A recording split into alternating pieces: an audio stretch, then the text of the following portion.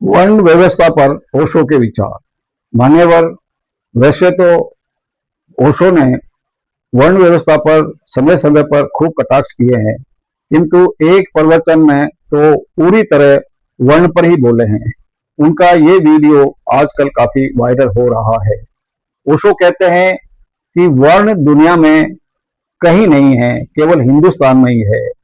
वर्ण व्यवस्था तो केवल भारत की अपनी खोज है, जो अत्यंत चालाकी भरी है।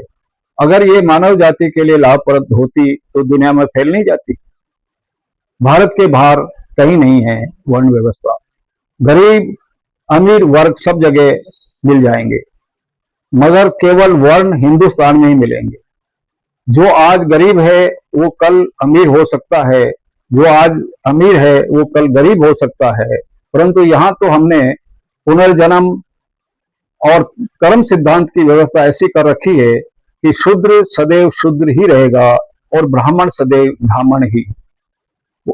वर्ण व्यवस्था के कर्ता धर्ता तथाकथित उच्च वर्ण के ही है।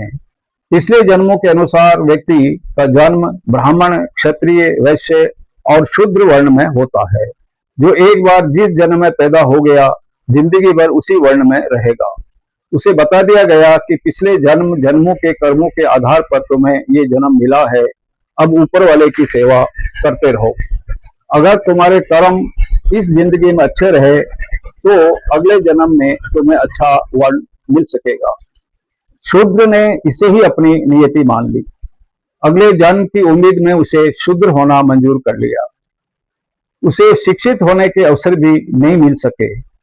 नतीजा ये हुआ कि वो न कभी संघर्ष कर सका, न कभी प्रतियोगिता ही कर सका। इस प्रकार चालाकी से बहुसंख्यक वर्ग को संघर्ष और प्रतियोगिता से वंचित कर दिया गया। ऊपर वाले वर्ण का भला भी इसी में था। ये अमानवीय वर्ण व्यवस्था इतनी सोच समझ कर बनाई गई कि आज भी हम इसे खत्म नहीं कर सके हैं। ओशो कहते हैं कि इस व्यवस्था में शूद्र केवल शूद्र ही रहेगा, कभी बराबरी नहीं कर सकेगा। वैश्य से कह दिया गया कि केवल धन ही उसकी दुनिया है, यश और ज्ञान नहीं। इसी तरह क्षत्रिय से कह दिया गया कि केवल यश ही उसकी दुनिया है, ज्ञान नहीं।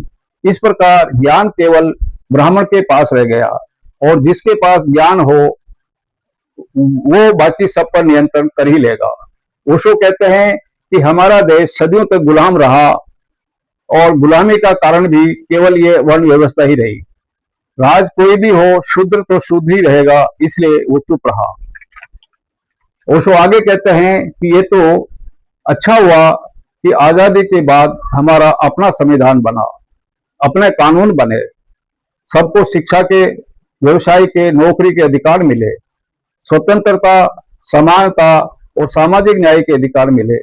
परंतु आज भी वर्ण व्यवस्था का ये किला पूरी तरह ध्वस्त नहीं हुआ है, बल्कि संपत्ति के वितरण की खाई तो दिनों दिन बढ़ती ही चली जा रही है। इसी के साथ आज की वार्ता समाप्त। आप सभी को बहुत बहुत धन्यवाद।